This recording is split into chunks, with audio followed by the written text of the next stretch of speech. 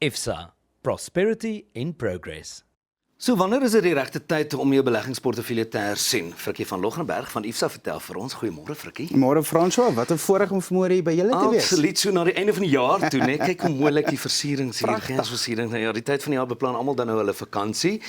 Wanneer is dit die beste tyd om jou portefeulje te hersien en hoekom is dit belangrik? François, as jy nou presies wat jy daarso sê, almal wat hulle vakansie beplan, hulle weet waartoe hulle gaan, hulle weet hoe om daar uit te kom en hulle weet wat se tyd hulle gaan vat om daarby uit te kom, dis beplan. So ook moet jy nou na jou beleggingsstruktuur of jou plan gaan kyk om te sien of dit nou nog tred hou met die markomstandighede of jy daarso by kan daar basies by kan bly.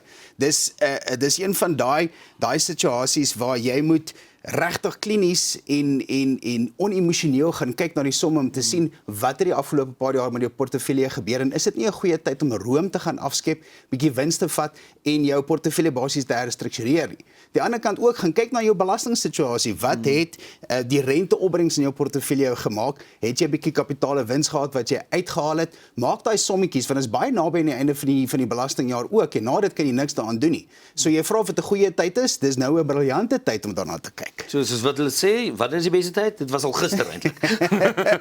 Nou, dadelik. Presies. Maar jy het nou daar genoem dis 'n emosionele besluit ook baie keer, nê, of dit raak jou emosioneel liewer. Hoekom sê jy so?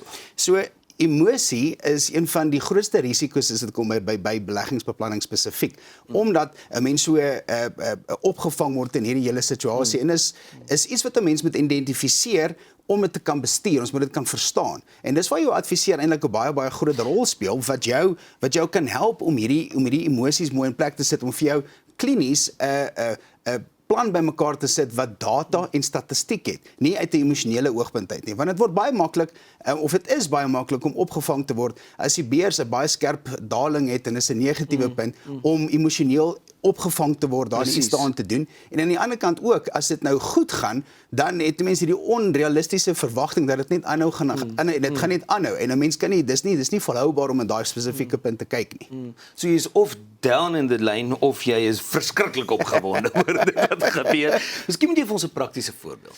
Fransjo, as ek gaan kyk wat 5 jaar terug of 4 jaar terug gebeur het met die pandemie. Die beurs het met 30% in 'n baie kort tyd gedaal en jy kan onthou dit gevoel, dit was alles hyper-emosioneel. Almal het gedink die wêreld gaan ineenstort en jy kan nie eens uitgaan en plakkies koop nie. So wat nou van jou beleggings? So as jy op daai punt in tyd emosioneel opgetree het, jou geld uit die beurs uitgevat het jy 'n groot fout gemaak. Want die beurs het nie net herstel daarna nie, hy het gestabiliseer en in die laaste jaar baie goed gedoen. So jy kon eintlik uitgemis het en jy kon daai pyn kon jy nou gerealiseer het op daai punt. Spesifiek aan die ander kant ook, as jy nou gaan kyk wat die afgelope 18 maande op ons beurs gebeur het, baie goed presteer. En as jy nou ewe skielik besluit jy wil nou die geld daarso insit, dis ook nie die regte ding om te doen nie, want jy gaan teleurgesteld wees want dit is nie volhoubaar nie. So as jy goed beplan, dan kan jy jou volgende vakansie homself betaal. Definitief. Waarheen gaan ons, Frikkie? Waarheen gaan ons? Fransjo, as jy letterlik gaan kyk na 'n strategie, die afgelope 5 jaar, die beurs het 10% per jaar oor die algemeen presteer. As jy genoegsame alternatiewe in jou portefeulje ingesit het, kon jy 2% beter presteer het. Wat beteken, jy kon op 'n miljoen rand se belegging, kon jy 'n ekstra 20.000 rand se groei gekry het.